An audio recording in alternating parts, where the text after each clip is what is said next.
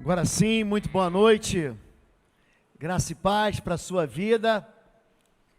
Somos uma igreja que serve ao Senhor Jesus. Nosso endereço é a Avenida Desembargador Guscimo 772. Você que nos acompanha pela internet, pelos canais do YouTube e também pela Rádio Gospel FM. Gente, eu tenho recebido mensagens de Telêmaco Borba, Guaruva, Guarapuava, Matinhos, todos vocês que estão investindo em transmissão pela rádio. Você não faz ideia da quantidade de gente que está sendo abençoada, recebendo a programação e tudo aquilo que nós temos ministrado todos os dias de 7 da manhã às 8 da manhã, pela Gospel FM, a número 1, transmitindo vida. Bom Retiro está trabalhando para a expansão do Reino de Deus, amém? Hoje eu quero falar sobre gerações, e eu quero manter a mesma direção, a mesma bússola, o mesmo norte que estamos caminhando há semanas atrás. Nós estamos vendo Deus saindo do templo para encontrar com as pessoas dentro das suas casas. Nós vimos como Deus falou com o profeta Jonas na sua casa, o profeta Jonas fazendo birra, discordou de Deus, da vontade de Deus, tomou um caminho distante, como Deus, não dá para brigar com Deus, o trouxe de volta para ele cumprir, para que ele cumprisse o chamado, a vocação profética dele. Nós vimos como Jesus entra na cidade de Naim, muito próximo ali a Nazaré, uns 4 quilômetros de Nazaré. Ele ressuscita o filho de uma viúva, aquilo causa espanto em toda a cidade. Um fariseu convida Jesus para jantar, e Jesus, ele é recebido por uma intrusa pecadora, que lava os seus pés. E mais uma vez Jesus, ele vai para a cidade de Betânia, ali ele é recebido junto com os seus discípulos, na casa de Marta, Maria e Lázaro. E também dentro de casa, ele nos faz revelações a respeito do nosso coração. Na semana passada, o rei Josafá, ele recebe uma notícia muito ruim, dentro também da sua casa, de que ele estava cercado. E nós vimos como Deus, ele agiu em favor de um rei, que resolve se juntar, lembra, Super Bonder? Ele resolve se juntar com o seu povo para clamar ao Senhor. Hoje, nós queremos continuar na mesma direção, mas eu quero trazer aqui um tema chamado gerações, ou ponte para gerações. O capítulo 5 do livro de Marcos, o capítulo 9 do livro de Mateus, o capítulo 8 do livro de Lucas, são chamados capítulos irmãos ou gêmeos. Eles tratam da mesma coisa. Eles enfatizam a presença de Jesus num lugar chamado Cafarnaum, cidade de Naum. O profeta Naum era o profeta daquela cidade, e é ali que desemboca o Rio Jordão e forma um grande lago chamado de Mar da Galileia. Na verdade é um lago de água doce, e ali na foz daquele lago, Jesus, ele faz o seu ministério. Naquele tempo que não tinha correio para mandar cartas, nem telegrama, não tinha WhatsApp, não tinha central telefônica. Esses dias eu estava lembrando como é que era para você fazer uma ligação telefônica interurbana. Você ia na central telefônica, ele dava um cartãozinho para você, você dizia o número que você ia ligar, ele falava assim: agora sua ligação está na cabine 2, você entrava, fazia a ligação, no final você pagava. Eu me lembro de ter pago já em cheque uma ligação interurbana. Naquele tempo não tinha conexão, então as informações chegavam dos barcos, dos navios daquele tempo, e depois eles seguiam por Mar da Galileia até descer no Mar Morto. E ali existe uma frenética multiplicação de milagres. Um centurião se encontra com Jesus, e Jesus dá uma palavra, o servo dele é curado. E ali Jesus, ele atravessa de um lado para o outro. Ele está vindo de uma grande tempestade, muito pior que essa chuva que a gente experimentou aqui antes do culto. Ele enfrenta uma tempestade, ele dá uma ordem aos ventos, diz: cala-te vento, quieta-te mar. Ele chega numa região chamada Gadara, ou Genezaré, é uma do lado da outra. Ali ele liberta um endemoniado terrível, na verdade 2 endemoniados. Mateus capítulo 8 diz que eram 2, um pior do que o outro. Ali aquele povo encontra aquele endemoniado sentado, vestido em perfeito juízo. Aquilo assusta aquele povo expulsa Jesus daquela região, e Jesus volta então para Galiléia, ele volta então para a região de Cafarnaum, e ali ele se encontra com um homem de muito boa fama, chamado Jairo. Essa palavra Jairo, esse nome Jairo, é o mesmo nome Jair. No Antigo Testamento, capítulo 10, há um juiz chamado Jair, e também nesses capítulos, Marcos capítulo 5, Lucas capítulo 8, Mateus capítulo 9, conta a história de Jairo. Jairo já é o mesmo nome em hebraico, mas o nome já traduzido para a linguagem grega. Você sabe, todo o Antigo Novo Testamento foi escrito em grego. E ali algo acontece, esse homem vem trazendo uma notícia muito ruim, se encontra com Jesus no meio dos seus amigos, seus seguidores, seus discípulos. Diz assim, pode passar. Tendo Jesus voltado de barco para outra margem, uma grande multidão se reuniu ao seu redor, enquanto ele estava à beira do mar. Então chegou ali um dos dirigentes da sinagoga, chamado Jairo. Ele estava com seus amigos, ele estava com os amigos que ninguém queria estar perto. Ele era amigo de publicanos, pecadores, prostitutas. Se eu quisesse colocar aqui, na nossa vida, no nosso tempo, na nossa realidade, Jesus era amigo de gente que você não queria ser amigo.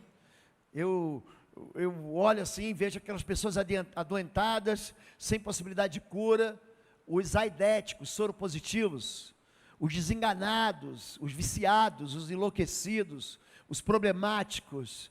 Ele se encontra com gente sem nenhuma esperança. Ele atrai multidões de pessoas que são párias da sociedade. E aí, um homem que tem uma presunção a respeito, logicamente, o presunçoso, ele faz um julgamento dele mesmo, como se ele fosse superior a muita gente. A maneira como você olha de cima para baixo e diz, eu sei, eu faço, eu posso, aquele não sabe, aquele não sabe, aquele não pode, e ele começa a sair, vencer os indícios que ele tem dele mesmo de justiça própria. A pior coisa que a gente pode ter é a gente achar que a gente é mais especial do que os outros, porque a gente tem alguma habilidade, alguma capacidade, alguma inteligência, que é melhor do que a dos outros. Na verdade, cada um de nós é especial à sua maneira. A Bíblia diz, no Salmo 139, que Deus nos criou de maneira formidável, admirável. Cada um de nós acabamos de cantar que somos coroa da criação do Pai. Existe em nós um pedacinho, existe em nós a porção de Deus, do Criador, que está em nós, que nos fez de maneira especial, que nos formou no ventre da nossa mãe. E a história continua. Então um homem chamado Jairo, agora pela lente de Lucas, um outro evangelista, dirigente da sinagoga, veio e prostrou-se aos seus pés. Não é natural. Algo chamado a quebra do orgulho, não é natural. A soberba é o pecado de Satanás. Lúcifer, um anjo, Deus criou um anjo, Deus não criou o diabo. Deus criou um anjo, esse anjo, ele tinha um nome, tinha uma identidade. O nome dele era Lúcifer, portador de luz, aquele que fica, que brilha. Sabe aquele satélite natural chamado Lua? Ele só brilha quando ele está na direção, ele está recebendo a luz do sol. Fora isso, a lua não brilha. Quando a lua, ela não pega sol, ela não brilha. Então, aquele anjo, ele era brilhante. Se você ler capítulo 28, a partir do verso 14 do livro de Ezequias, de profeta Ezequiel, se você ler Isaías capítulo 14, a partir do verso 13, ele vai dizer, como caíste, ó brilhante estrela da manhã. Ou seja, era um ser extremamente próximo a Deus. Ele se rebela contra Deus, e aí ele perde a identidade. Muita gente me pergunta, pastor, o que é um demônio? Um demônio é um anjo que perdeu seu lugar, um demônio é um anjo que perdeu sua identidade. Satanás era um anjo que perdeu a sua identidade, ele foi levado para tão longe de Deus, que ele é chamado hoje de príncipe das trevas. Esse ser, ele caiu por causa do orgulho. Ele era tão bonito, ele era tão perfeito, a Bíblia o chama de selo da medida. Se você já trabalhou com esses programas de qualidade total, esse programa, ele faz com que o teu produto, ele seja absolutamente perfeito. Ele recebe um selo, ISO 9000, ISO 9002, dependendo do serviço que você presta, dependendo do material que você entrega, ele recebe um selo da perfeição. Pensa a um ser que foi criado em perfeição, ele olha para si mesmo e diz, eu sou o máximo, eu sou apenas o máximo. Ele começa a roubar a adoração de Deus para ele mesmo. A Bíblia diz, na multidão do seu comércio, achou-se iniquidade em ti. Esse ser, ele começa a achar que Deus recebia a adoração dos anjos, por causa dele. Não, o povo só vem para a igreja por causa de mim. O povo só adora a Deus, mas também com o louvor que eu produzo, com a palavra que eu prego. Deus tem que agradecer a mim por eu estar aqui, porque senão essa igreja ia morrer, essa família ia viver com fome, porque só cozinha assim, eu cozinho, sou apenas eu, e você não pode nem chegar perto da cozinha, para partir uma cebolinha, para partir uma cebola, para partir um tomate, nem me ajuda a colocar azeite na panela, nem acender o fogo. Por quê? Porque eu sou apenas o máximo. É por isso que o apóstolo Paulo, ele ensinando um jovem pastor chamado Timóteo, ele fala, cuidado com quem você vai ordenar ao serviço pastoral, cuidado. Ele fala o seguinte, não imponha precipitadamente as mãos sobre o novo convertido, para que ele não se ensoberbeça e caia na mesma condenação do diabo. Chama-se soberba. Aqui, a sinagoga tinha um dirigente, o seu nome era Jairo, ele aqui vai quebrar o orgulho dele, ele vai ficar de joelhos diante do Senhor. O orgulho da gente quebra quando a nossa fábrica de ídolos também vai à falência. Quando tudo dá errado, que se prepara que você vai ficar de joelhos. Quando tudo vai à falência na sua vida, quando a sua esperteza, quando a sua inteligência, quando a sua sabedoria, quando a ciência que você acumulou quebra, você cai de joelhos. Quando os Titãs, uma banda que já ficou para trás, canta a música do Marvin, ele diz que Marvin fica de joelhos. O pai dele diz, agora te vira aí, meu chapa, agora é para valer, agora você vai assumir tudo. E quando você assume responsabilidades, você vai se encontrar em momentos da sua vida, em que você não sabe para onde vai, não tem solução, não tem resposta, não tem uma fórmula, você não consegue achar a raiz quadrada, a raiz cúbica, e aí você vai ter que pedir para o professor, você vai ter que pedir para o mestre, você vai ter que cair com os joelhos. Esse homem aqui, ele cai de joelhos diante do Senhor. Por quê? Porque ele está encontrando um problema na geração dele. As gerações, elas têm pontes. Uma geração se liga a outra porque nós fazemos pontes para elas. Em Josué, capítulo 2, a partir do verso 6 até o verso 13, conta a história das gerações de Josué. Ele fala, essas são as gerações de Josué. E fala, veio uma geração com Josué, que viu milagres, que viu Deus fazer chover pão do céu, que viu Deus derrubar Jericó, que viu Deus abrir o Jordão, para que eles passassem também a pé seco, como já tinha aberto o Mar Vermelho. Veio uma geração de anciãos, essa geração também se põe, e depois vem uma terceira geração que não conhece o Senhor. Se nós não fizermos pontes com as nossas gerações, se nós não quebrarmos a soberba do orgulho do nosso coração, Deus não vai fazer aquilo que fez na nossa geração. Eu gosto muito quando a Bíblia diz em Atos 13, se puder colocar, verso 36, Atos 13, verso 36, diz que Davi serviu a Deus na sua geração, e depois ele foi sepultado. Atos, capítulo 13, verso 36, você pode me ajudar? Se não puder, só me diz um não, que a gente lê. Está aqui? Atos 13, 36, espera, esperei com paciência no Senhor, tendo pois Davi servido ao propósito de Deus, diga em sua geração, adormeceu, foi sepultado com seus antepassados, e o seu corpo se decompôs. A nossa geração vai se decompor, a nossa geração vai morrer, a nossa geração vai ser sepultada. E agora o que é mais importante é a gente preparar um caminho para as gerações que vêm depois de nós. Se a gente não apontar direções, as gerações vão se perder. Os filhos dos nossos filhos vão morrer. E Jairo está encontrando um abismo. Jairo está encontrando um precipício entre a geração dele e a geração da filha dele. Grandes multidões o seguiram. Agora vamos ver o que Mateus diz. Um leproso, olha o tipo de gente que andava com Jesus, aproximando-se, adorou de joelhos. Tem algum leproso aqui? Quer dar um abraço num leproso? Você quer se aproximar de um homem cheio de feridas horrorosas? De gente contaminada? Há tempo atrás, há 2 anos atrás, a gente tinha medo do Covid. Aqui o povo estava com medo da lepra. Esse homem se aproxima de Jesus, esse tipo de gente que anda com Jesus, não é gente boa. Estando Jesus em casa, foram comer com ele seus discípulos e muitos publicanos e pecadores. Olha o que eu vou falar para você. Hoje nós estamos vivendo um tempo muito difícil no nosso país, mas é uma onda que tem vindo para atacar as nossas gerações. O STF está votando a descriminalização do aborto. Presta atenção. Existe uma onda de descriminalização daquilo que é vício, de droga, de maconha. São passos que são dados para que as gerações sejam quebradas e afetadas. Você está ensinando na sua casa que roubo é pecado e que roubo é crime. Dizer que roubar é pecado não é crime. Você está ensinando seus filhos que a imoralidade sexual não é crime, mas é pecado. E dizer que a imoralidade sexual é pecado não é crime. A violência doméstica é crime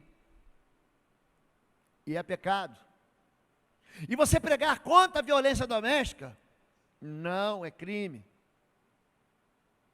O aborto, ele pode deixar de ser crime a partir de 12 semanas, mas ele vai continuar sendo pecado. E falar que abortar é pecado, não, é crime, porque é pecado. Se você ler Gênesis capítulo 26, você vai ver Rebeca conversando com Deus. Ela é grávida de 2 crianças, ele diz: o que é isso aqui? E Deus fala: no seu ventre tem 2 nações, o maior vai servir ao menor. As nossas gerações estão aprendendo na escola que abortar não é pecado. Você faz ideia do que é o sangue inocente derramado, e das convulsões espirituais, e das perseguições implacáveis que o sangue inocente promove na vida de uma pessoa? Você acha então que você vai incentivar o aborto, vai pagar o aborto, vai levar a namorada do teu filho para fazer aborto? Isso não vai ter nenhuma consequência espiritual. O sangue, Números capítulo 35, profana a terra, e a terra clama na sua grita pela morte do assassino. Em Gênesis capítulo 4, verso 10, Deus tem uma conversinha com um homem, filho de Adão, chamado Caim. E ele diz assim: onde está o teu irmão? E Caim é um cínico. E ele fala: por acaso eu sou responsável pela vida do meu irmão? Nós somos responsáveis, a nossa geração é responsável. É responsável. E ele fala: o sangue do teu irmão clama a mim desde a terra, porque a terra abriu a sua boca para beber do sangue do teu irmão. A partir de agora você vai ser peregrino. Olha que palavra dura, gente, está na Bíblia, não pastor, não tem invenção não. Vagabundo. Quando você plantar, a terra não vai dar a sua força. Você vai trabalhar, você não vai encontrar resposta financeira. E todo aquele que te encontrar vai querer te matar. Existe uma perseguição de morte contra o sangue. O faraó, no capítulo 1, no capítulo 2 do livro do Êxodo, diz assim: se nascer menino, mata. Sabe o que a gente está aprendendo? Sabe o que estão tentando construir na cabeça da nossa geração e da geração que vem depois da gente? Que beber no ventre não é vida. Eles estão querendo me convencer que um bebê, que um embrião, não é gente. É isso que existe hoje sistematicamente. Nós somos imprensados, exprimidos, atropelados por uma mídia, é uma minoria que oprime a maioria. É isso que acontece. E nós estamos aprendendo isso, nossos filhos, na escola. Não é crime, pode fumar maconha. Inclusive vende maconha na porta da escola. Hoje, sem errar aqui, que tipo de pastor vocês pensam que vocês têm? Você acha que eu sou um bobo? Acha que eu sou um tolo? Os nossos filhos adolescentes, a enorme maioria, quase a totalidade deles, quase a totalidade de, quase todos, vivem vida sexualmente ativa. Os nossos jovens vão namorar e pedem a bênção do pastor. Para cima de mim? Para cima de mim não. Eu não posso ser conivente com o pecado alheio. Você pode ficar zangado à vontade comigo. Ah, pastor, abençoa o namoro do meu adolescente. Ah, abençoa nada, vai trabalhar, vai estudar. Porque um ano de namoro só, eles já estão vivendo em fornicação. Isso não é o pastor que está dizendo, não é só, eu estou juntando aqui um monte de atendimentos que eu faço no gabinete. Não é isso não, gente.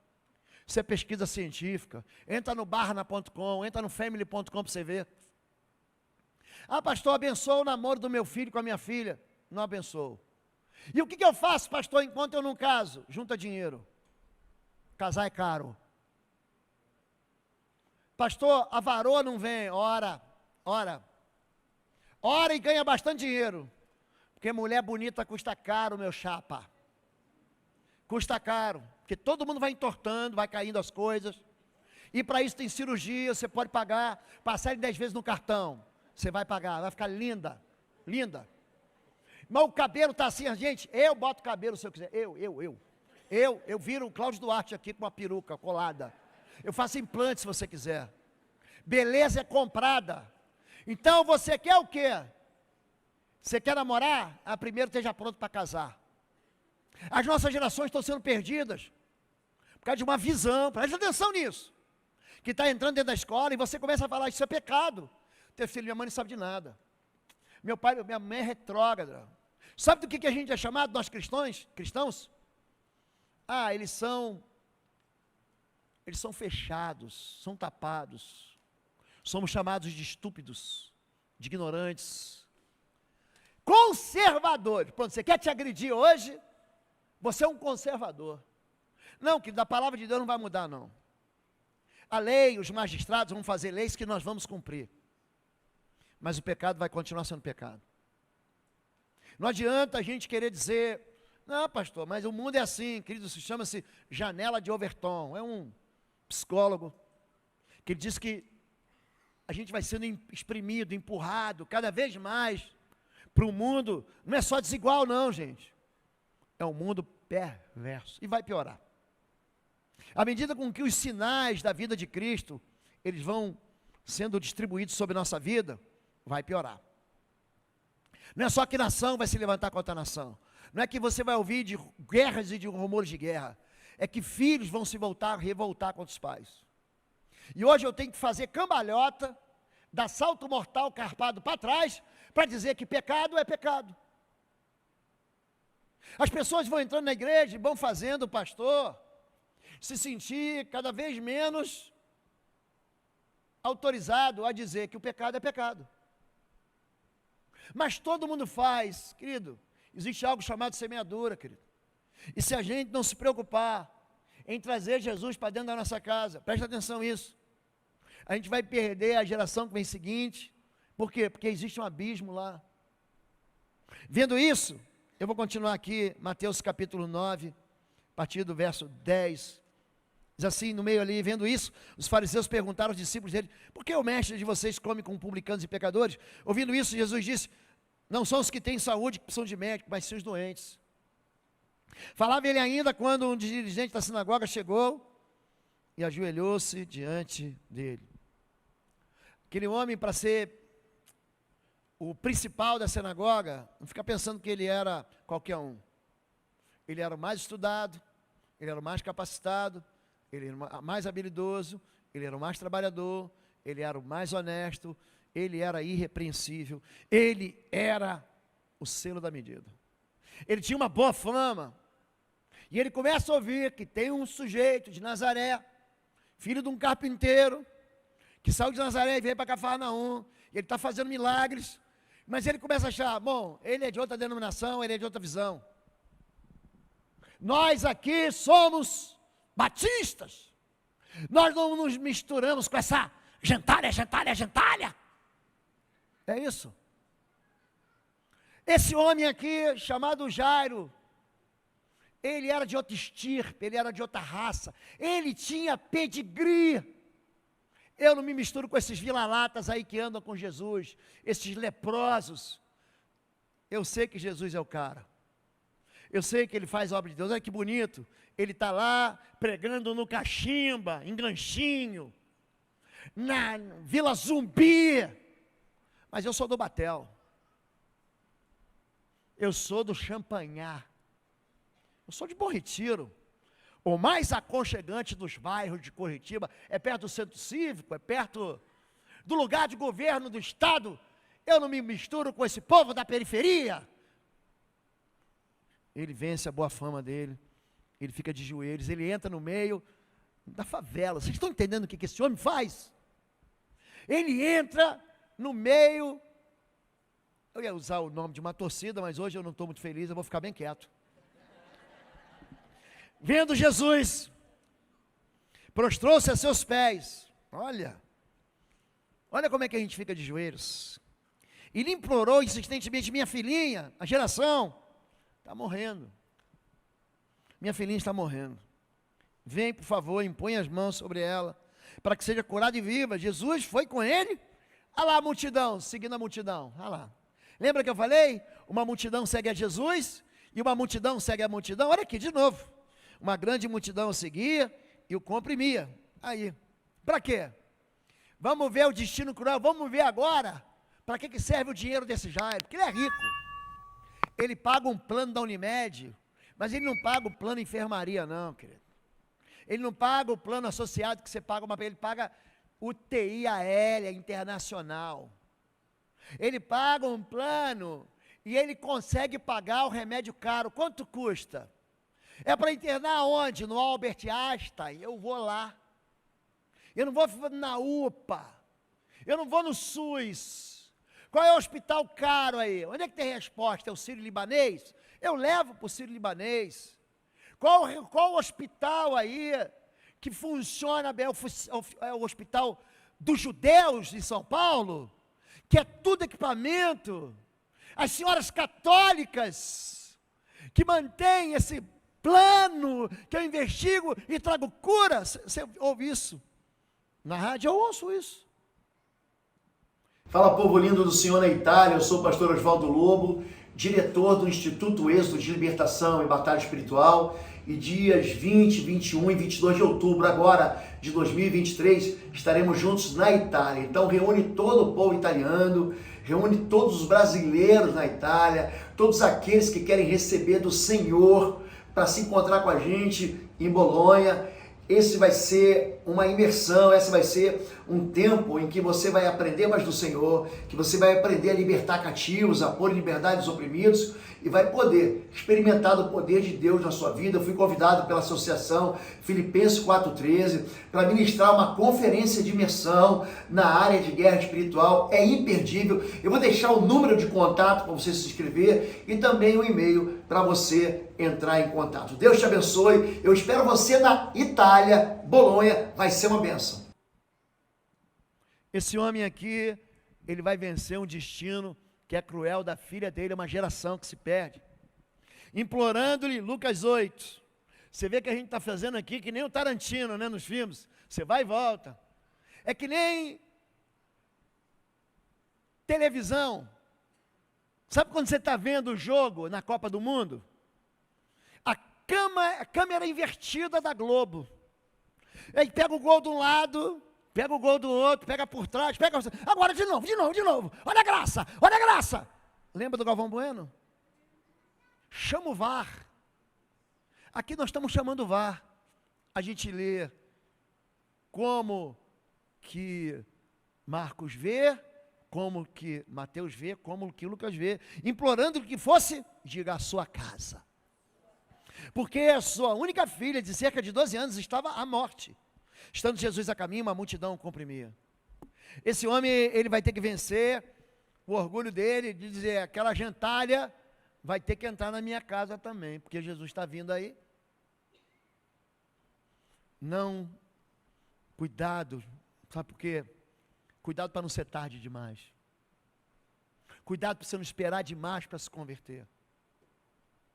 Cuidado, tem gente que não consegue entender que o temor do Senhor é o princípio da sabedoria. Não faz isso não, querido. Não demore demais para trazer Jesus para dentro da sua casa. Porque quando tudo dá errado, a vida pastoral, a minha vida é organizada. Vocês nem imaginam como é que eu sou um homem organizado. Mas a minha vida se desorganiza por causa das exigências emergenciais e as urgências da vida do rebanho. Hoje de manhã nós estamos aqui, pulando, festejando. Aí o irmão Wesley, cadê o meu cantor? Está aí, cadê o Wesley? Está ali atrás. Aliás, Cíntia, Cris e Fran, nós vamos fazer um quarteto. A gente canta muito, nós quatro. Vamos deixar o rapazes de fora?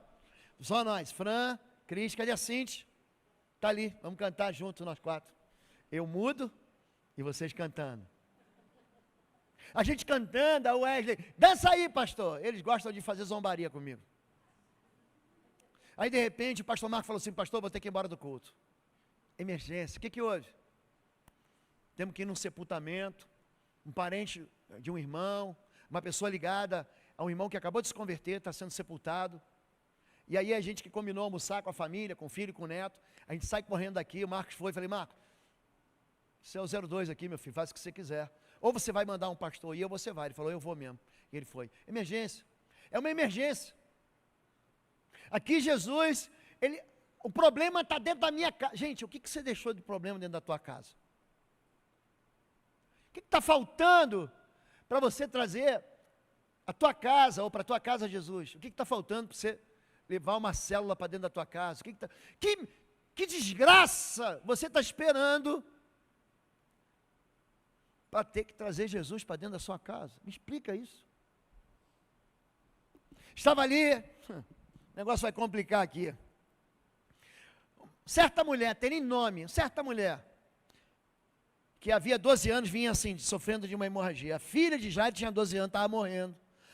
Quando ela nasce, a filha de Jairo, motivo de alegria, essa mulher já estava chorando, há 12 anos atrás. Ela padecera muito, sob cuidado de vários médicos, gastara tudo que tinha, faliu. Mas em vez de melhorar, piorava. Quando ouviu falar de Jesus, chegou-se por trás dele, no meio da multidão, tocou em seu manto, porque pensava: se eu somente tocar em seu manto, ficarei curado. Imediatamente, gente, como eu gosto, diga aí imediatamente. Diga aí imediatamente. O evangelho de Marcos é o evangelho do imediatamente, foi curado, diga aí imediatamente. Apelou para Jesus, imediatamente, cessou a sua hemorragia, e ela sentiu, o sentimento, hein, gente? Em seu corpo, que estava livre do seu sofrimento, está liberta. No mesmo instante, Jesus percebeu que dele havia saído poder, virou-se para a multidão e perguntou: quem tocou em meu manto? Cuidado com a maneira como a gente gerencia o nosso tempo. Cuidado, cuidado, gente. Cuidado com a escassez de tempo para Deus. Agora, até o aniversário da igreja, nós vamos manter a mesma direção que Deus tem dado para o pastor, a respeito de motivar a gente, para a gente trazer Deus para dentro de casa. Cuidado com aquilo que você valoriza e que coloca Deus para fora da sua vida. Em janeiro, fevereiro e março, nós vamos começar 100 dias de leitura bíblica. Tem gente que está na igreja aqui há 1 ano, 2 anos, 3 anos, 10 anos, e nunca leu a Bíblia inteira. É por isso que o diabo dá rasteira em todo mundo. A maior arma do diabo, gente, não é ele ser diabo, não. A maior arma dele é a mentira. E tem um monte de gente fracassando que não conhece a verdade. Conhecereis a verdade, João 8,32. A verdade vos libertará. É a verdade. Tem gente que gosta de mentira. Tem gente que paga para ouvir mentira. Tem gente que não consegue chegar no espelho para olhar para si mesmo, para dizer, se diagnosticar e dizer: está faltando alguma coisa. Aqui, Jairo não tinha tempo para Deus, porque a vida dele girava em torno do quê? Da boa fama dele, do orgulho dele, da presunção dele. Ele era o cara que todo mundo vinha pedir conselho, gente. Ele era o sujeito que falava assim: onde eu invisto? CDI? Mercado imobiliário, fundos de pensão, onde que eu vou investir? Ele era o cara que tinha resposta para casamentos que estavam fracassando. Ele era a pessoa que tinha consolo para quem estava sofrendo. Mas agora ele esqueceu que o tempo dele estava perdido. Pior do que isso, uma certa mulher vai roubar o tempo dele. Responderam seus discípulos: vês a multidão aglomerada ao teu redor, ainda perguntas: quem tocou em mim? Sensibilidade. Você está pensando que Jesus não sente? Sente. Está pensando que Jesus não vê teu choro? Vê teu choro. Gente, nós lemos aqui no momento de dedicação, Isaías 34, 38, verso 1 a verso 3. No verso 3, diz assim: então, o rei virou para a parede. Gente, ele orou de uma maneira que eu não consigo entender. Vou sair da câmera aqui, ou então a câmera vem atrás de mim. Ele vira para a parede, ele diz: Senhor, lembra-te da minha fidelidade. Deus fala para o profeta Isaías: volta lá. Diz para ele: eu ouvi teu clamor. Diga: eu ouvi teu clamor. E eu vi tuas lágrimas. Deus é sensível. Jesus sentiu que alguém tocou na roupa dele, não tocou nele. Mas Jesus continuou olhando ao seu redor para ver quem tinha feito aquilo. Então a mulher, sabendo que lhe tinha acontecido, aproximou-se e prostrou-se aos seus pés, e tremendo de medo, contou-lhe toda a verdade. Então ele lhe disse: filha, sua fé a curou, vá em paz e fique livre do seu sofrimento. Esse homem Jairo, ele é impedido de chegar em Jesus, porque a infelicidade dos outros grita mais do que a dele. Eu não consigo chegar em Jesus, porque está todo mundo, tem tanta gente sofrendo mais do que eu, pastor. Já foi no Hospital do Câncer, já foi no Erastinho, já foi lá para ver as crianças com câncer, já foi no Pequeno Príncipe, na ala de tratamento de câncer, já foi lá. Pastor, tem tanta gente pior, com câncer aqui, com câncer aqui, com câncer aqui. Imagina, eu estou só com uma gripe, eu estou só com um probleminha. Tem tanta gente desgraçada. A infelicidade alheia me engana, porque eu acho que Deus não tem tempo para mim, só tem tempo para os outros.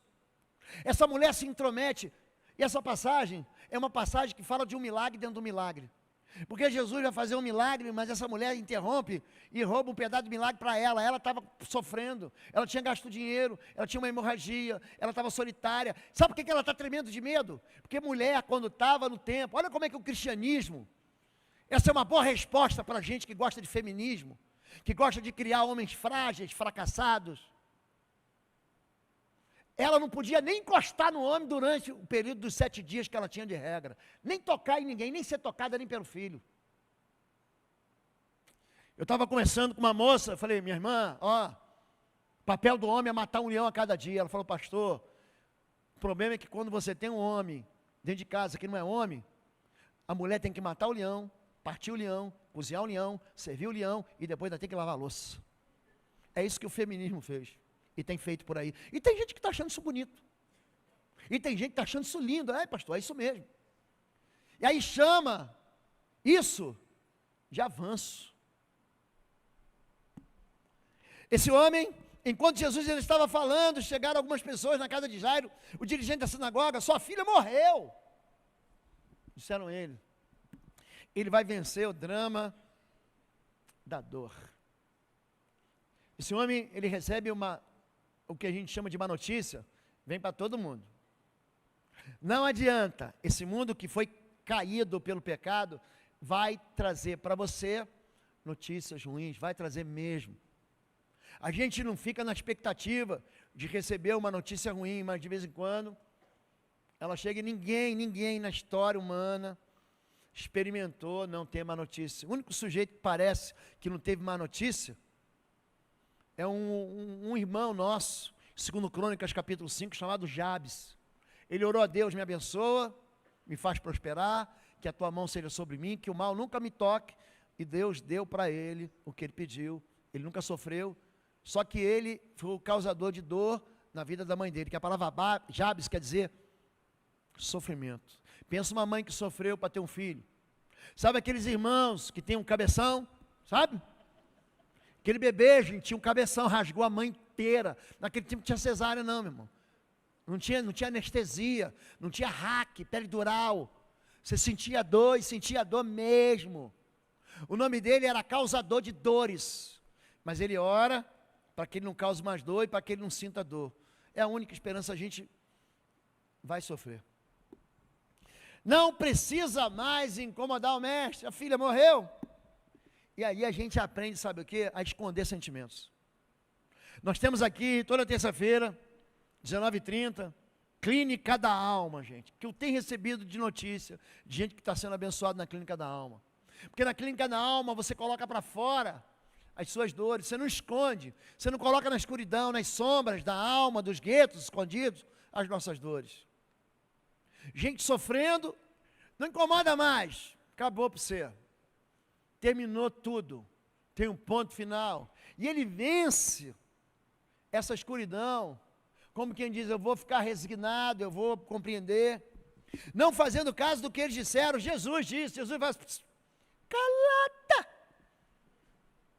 disse ao dirigente da sinagoga, não tenha medo. Ele vence algo que todo mundo tem, chamado medo. Se você não tem medo, é porque você ficou louco, porque o medo faz bem a gente, o medo faz a gente fugir daquilo que é ameaçador. O medo, né, sebo nas canelas, você ouviu essa expressão, foge, ou você vai enfrentar, ou você vai fugir, porque quem tem medo ou enfrenta, ou foge. O medo é fé no diabo. Quando?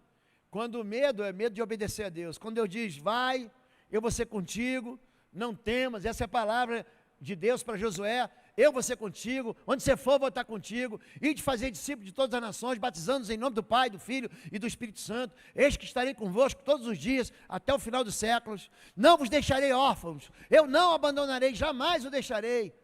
Aquele que vem a mim, de forma alguma lançarei fora. Então, desse medo você não precisa ter, você não precisa ter esse medo.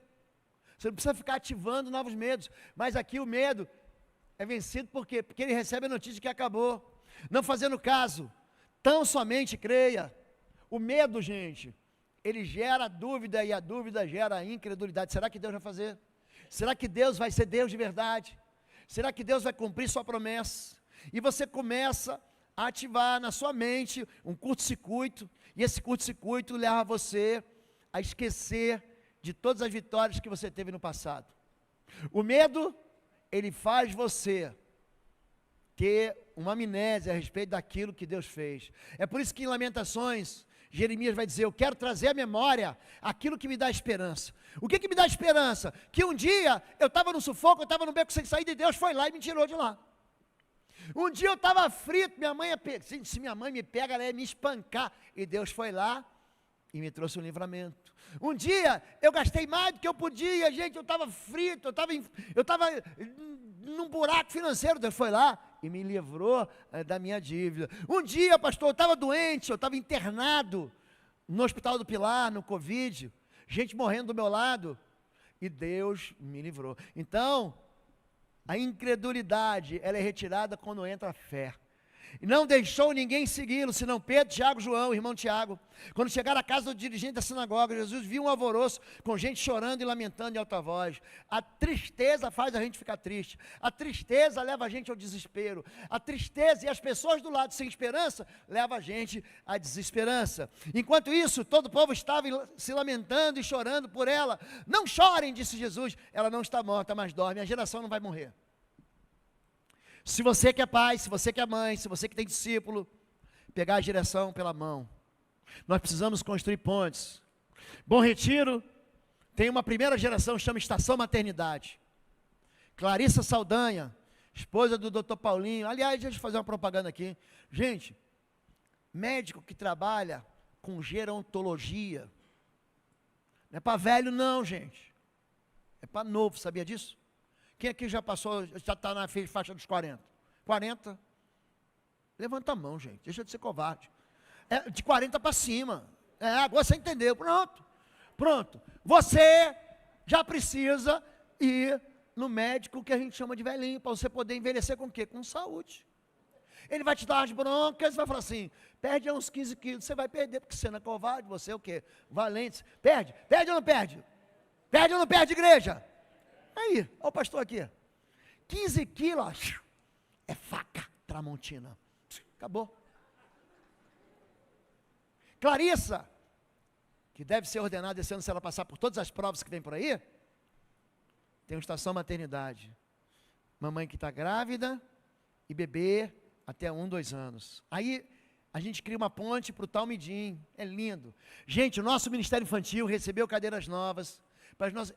Porque você tem que ajustar a cadeira para o tamanho das nossas crianças, né, gente?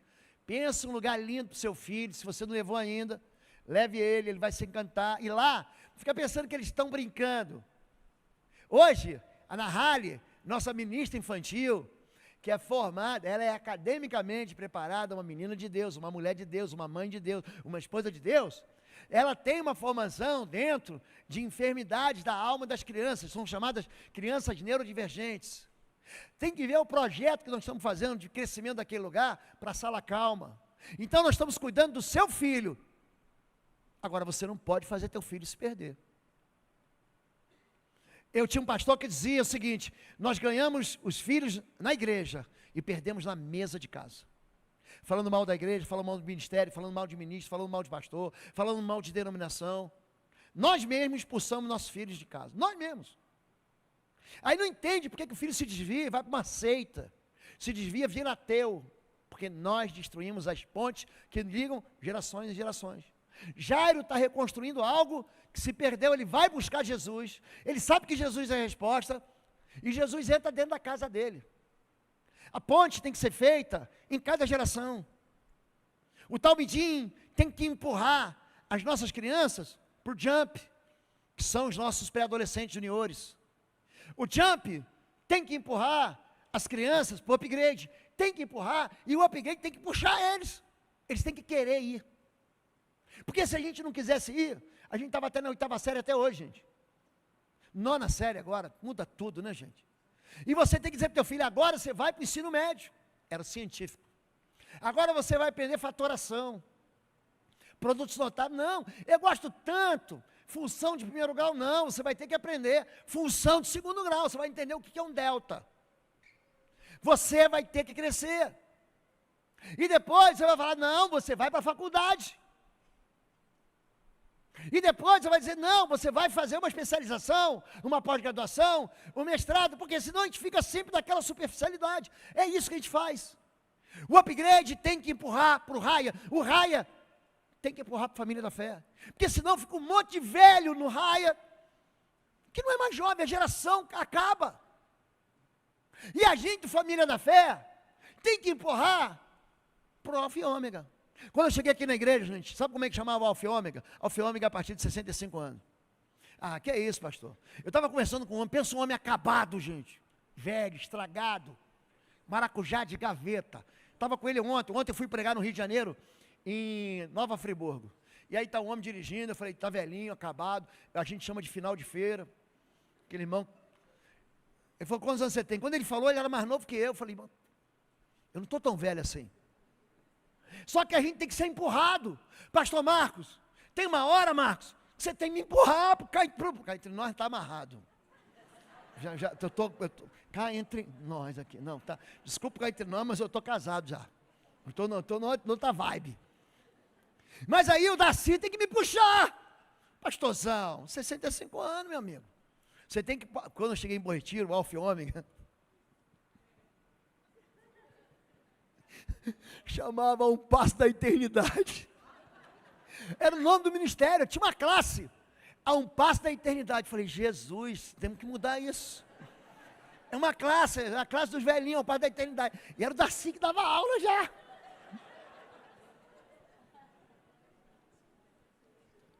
As gerações têm que empurrar, porque as gerações se põem como a geração de Davi. Então, para não deixar, olha, para você não deixar a geração se pôr, olha para mim, você vai ter que trazer teu filho. Você vai ter que levar Jesus até teu filho. É isso que eu quero dizer. Ponte para gerações. Léo, teu pai vai te empurrar, meu filho, para você decolar. Mas quando você decolar, você vai ter que puxar alguém que vem depois de você, que é a Lívia. Você está entendendo? As gerações empurram umas às outras, porque senão a gente começa a achar que filho não vai sair de casa, e filho tem que sair de casa. Por quê? Porque se o filho fica em casa a vida inteira, já viu aquelas pessoas que estão 30, 40 anos, não saem da casa do pai e da mãe? Isso é um incesto emocional. Tem que sair, vinde a mim, vinde após mim, ide. Isso que Jairo está fazendo. Ele vence a tristeza, eu vou passar. Ele vence a zombaria, eu estava cantando aqui tão bonitinho, e tinha gente zombando de mim. Mas não tem problema. Você, que como eu, tem essa voz aveludada, até o dia 5 de outubro, você tem a chance de participar do coral mais aleluiado de Curitiba, que é o coral de Bom Retiro, aleluia! Pastor, mas eu canto mal. Gente, mais do lado da Fran, da Cíntia, da Cris, do Wesley, do Samuel Barbosa, a sua voz, fica uma voz extraordinária, amém? Vamos encerrar. Ele vence, porque ele traz Jesus para dentro de casa. Ele, porém, ordenou que eles saíssem, tomou consigo o pai e a mãe da criança, digo, o pai e a mãe, e os seus discípulos estavam com ele, entrou onde se encontrava a criança, pronto. Depois que a multidão se afastou, pronto. Ele entrou, tomou a menina pela mão e ela se levantou. A notícia desse acontecimento espalhou-se por toda a região. Essa é a notícia que eu quero que você receba. Que você aponte para gerações. Não abandone seus discípulos. Não abandone seus filhos. Não deixe a geração morrer. Não deixe seus filhos morrerem. Não deixe a fé morrer. Não deixe que aquilo que a gente está recebendo no nosso país, no mundo, essa janela que está empurrando a gente para longe de Jesus, para longe dos princípios de Deus, não defenda isso. Defenda a vida, amém? Vamos ficar em pé em nome de Jesus. Sabe essa canção, a última que nós cantamos, que para te adorar, ó Rei dos Reis, é essa que eu quero. Vamos ficar em pé em nome de Jesus, vamos cantar juntos, só um pedacinho, feche teus olhos, eu vou orar antes. Aliás, pastor Marcos, me ajude, seu pastor de famílias. Vem cá. Nós temos uma responsabilidade aqui, pastores. Pastoras. Conectar as gerações.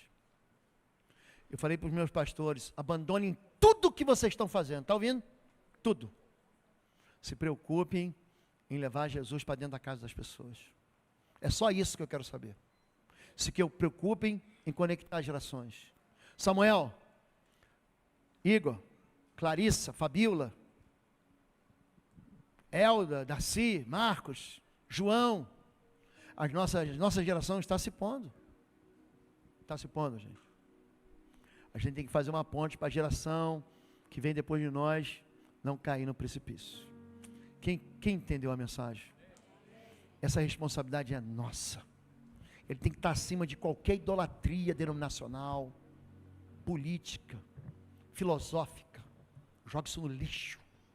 Fique com a palavra de Deus. Você ouviu um amém da igreja?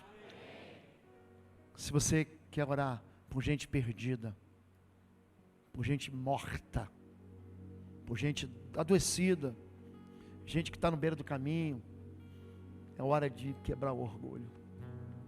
É hora de quebrar a presunção, o medo. Quebra o medo. É hora de você trazer Jesus para dentro da sua casa. Eu quero Jesus na minha casa. Você lembra, amorzinho? A gente orando, ungindo a casa inteira. Lembra disso? Consagrando nossa casa ao Senhor. Quantas noites eu passei de joelhos pelo meu filho. Fiz um jejum agora, bem prolongado. Cada dia de jejum, eu tirei para orar por algum ministério, por algum ministro, por algum pastor. Teve um dia que eu orei, eu já falei para vocês aqui, pela esposa do meu neto. Você não sabe o que eu pedi a Deus para a esposa do meu neto tem 2 anos, hein? Essa moça vai ser uma princesa que meu neto vai cuidar dela. Pensa uma mulher que vai ser feliz. Vai ser essa mulher que meu neto vai casar com ela. Eu tenho falado com Deus a respeito dos pais dessa moça, que vai ser minha nora neta. É isso que ela vai ser. Começa a ser minha agora. Não espera as pessoas adoecerem dentro da sua casa. Não espera o problema chegar para você orar. Fique conectado com o Senhor. Abre a casa, entra na minha casa, como diria Regis Danese. Entra na minha vida, como disse Zaqueu. Amém, gente? Se você quer isso na sua casa, levante sua mão, nós vamos orar. Pastor Marcos, vamos orar pelas famílias, pelas pontes das gerações. Levante sua mão. Consagre sua casa ao Senhor, sua família ao Senhor. Vamos orar. Senhor nosso Deus e nosso Pai, Tua palavra ela é tão clara, Deus, a respeito do Senhor sendo o Deus de todas as gerações, Pai. Tu és o Deus de Abraão, Isaac, Jacó. Tu és o Deus da nossa família, da nossa casa, Pai. Mas nessa noite nós decidimos criar pontes, Pai. Construir pontes agora que liguem uma geração à outra, Pai. Para que as gerações não venham a se perder e ficar desconectadas de quem o Senhor é. Do Deus a quem nós servimos, ó Pai. Nós servimos a um Deus vivo, verdadeiro, um Deus que tocou na filha de Jairo e curou. É o mesmo Deus que pode estar dentro das nossas casas nessa noite e tocar lá onde está a morte e gerar vida novamente para aquele ambiente de destruição, de tristeza e de dor, Pai. Então nos ajude, Senhor. Queremos levar e convidar o Senhor para que o Senhor se faça presente nas nossas casas, nas nossas famílias, Pai, nas nossas histórias, nas nossas gerações, Deus. Não vai parar em nós não vamos perder a próxima geração, nós não vamos perder os nossos filhos, nós não vamos perder os nossos netos, os nossos bisnetos, até a 1000ª geração daqueles que temem ao Senhor, e nós declaramos como Josué disse, Pai, eu e a minha casa serviremos ao Senhor por todos os dias, até o fim, até a volta de Jesus. Nós queremos estar com o Senhor, Pai, anunciando para a próxima geração que existe um Deus que as ama e que salva elas. Então, Pai, nos ajude nessa construção, Pai, através de um legado de fé. Queremos passar, Senhor Jesus, para a próxima geração, Pai, um legado de fé que realmente possa permanecer e assim ser passado de geração em geração, de geração em geração, até a volta de Jesus. Bendito seja o teu nome, Senhor. Bendito seja o nome de Jesus. E a igreja diz amém, amém, amém. Glória a Deus.